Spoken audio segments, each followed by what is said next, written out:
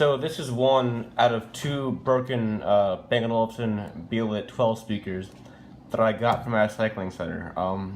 The problem with these things is that, well, you can see here, they work, they turn on just fine, but the problem is, so underneath this kind of mesh cover and these kind of trim panels is like the main speaker enclosure, and that's kind of where most of like the power supply and the AC in and all that stuff is mounted.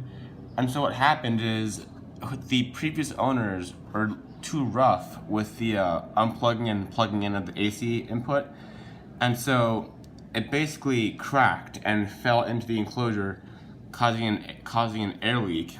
And this is a sealed enclosure, so obviously that's going to cause some whooshing noises when the bass hits.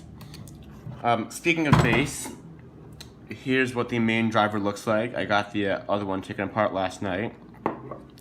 I was expecting a peerless driver and a ferrite driver, but it's actually a driver made by PSS, which is the manufacturer of speakers for a bunch of car companies. It's got a dual tuum coil, plenty of venting, and a neodymium magnet. Very, very long throw driver with a nice fat rubber surround.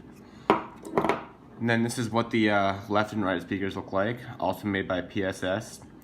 And this is a 15 watt 3 ohm driver.